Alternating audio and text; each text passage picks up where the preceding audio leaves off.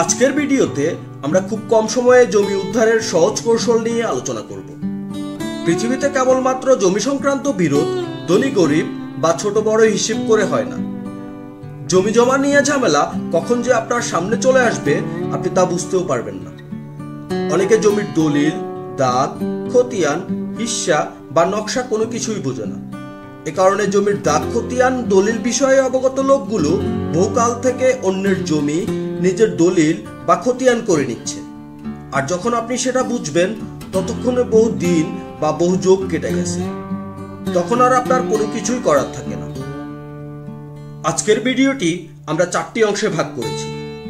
প্রথম অংশে আলোচনা করা হয়েছে আপনার সম্পত্তির মালিকানা সম্পর্কে কোথায় এবং কিভাবে খোঁজখবর নেবেন, সেখান থেকে কি কি কাগজপত্র সংগ্রহ করবেন সে বিষয়ে বিস্তারিত। দ্বিতীয় অংশে আলোচনা করা হয়েছে আপনার সম্পত্তির দখল গ্রহণের জন্য কি কি কার্যক্রম গ্রহণ করতে হবে সে বিষয়ে বিস্তারিত। তৃতীয় অংশে আলোচনা করা হয়েছে আপনার মালিকানা প্রমাণ করার জন্য সরকারিভাবে কি কি কাগজপত্র প্রয়োজন সে বিষয়ে বিস্তারিত। চতুর্থ অংশে আলোচনা করা হয়েছে আপনার সম্পত্তির দখল কিভাবে বুঝে নেবেন সে বিষয়ে বিস্তারিত। সম্পত্তির মালিকানা সম্পর্কে কি কি কাগজপত্র সংগ্রহ করবেন।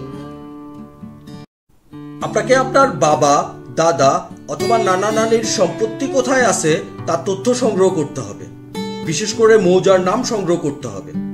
আপনি নিজ এলাকায় গিয়ে তথ্য সংগ্রহ করার জন্য স্থানীয় মুরব্বীদের সাথে যোগাযোগ করুন এবং স্থানীয় সার্ভেয়ারের সাথে যোগাযোগ স্থাপন করুন। যার নিকট সম্পত্তির দলিল সংরক্ষিত আছে তার নিকট থেকে দলিলের মূল কপি অথবা ফটোকপি সংগ্রহ করে আপনার শরীক কোনো জমি বিক্রয় করেছে কিনা অথবা কোনো জমি ক্রয় করেছে কিনা তার তথ্য সংগ্রহ করতে হবে। একই সম্পত্তির অন্যান্য অংশীদারগণকে শরীক বলা হয়। সম্পত্তির দখল গ্রহণের জন্য যেসব কার্যক্রম গ্রহণ করতে হবে।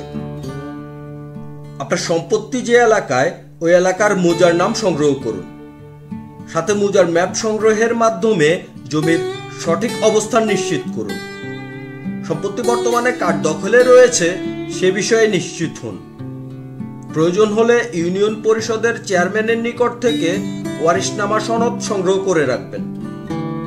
দলিলের জন্য জেলা রেজিস্ট্রার অফিসের মাধ্যমে তল্লাশি দিয়ে তথ্য সংগ্রহ করা যাবে। ইউনিয়ন পরিষদের ভূমি অফিসে রেজিস্ট্রার যাচাই করুন, সেখানে আপনার বাবা, দাদার খতিয়ানের তথ্য পেতে পারেন। ইউনিয়ন ভূমি অফিসে রেজিস্ট্রার যাচাই করার সময় আপনার শরীক কোনো জমি বিক্রয় করলে এই রেজিস্ট্রারে তার তথ্য পাবেন।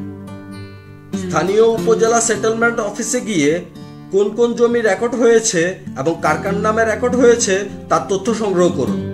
জেলা রেকর্ড রুম থেকে খতিয়ান ও নকশার জন্য আবেদন করতে হয় এবং প্রয়োজনে নকশার জন্য জেলা রেজিস্ট্রার অফিসে যোগাযোগ করতে হবে। মালিকানা প্রমাণ করার জন্য সরকারিভাবে কি কি কাগজপত্র প্রয়োজন।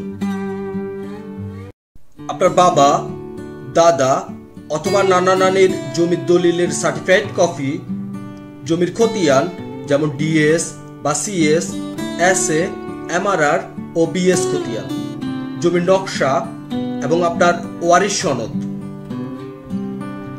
আপনার সম্পত্তির দখল কিভাবে বুঝে নেবেন।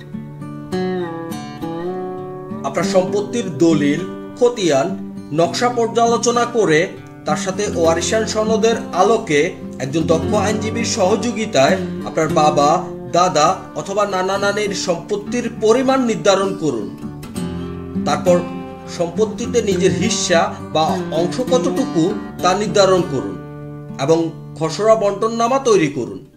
আপনার শরীকদের সাথে আলোচনার মাধ্যমে সম্পত্তির ভাগ বন্টন করে বন্টননামা দলিলের জন্য পরামর্শ করতে পারেন। আপনার শরীক বা অংশীদারগণ বন্টননামা দলিল করে দিতে না চাইলে আদালতের মাধ্যমে বন্টনের মামলা করা যাবে।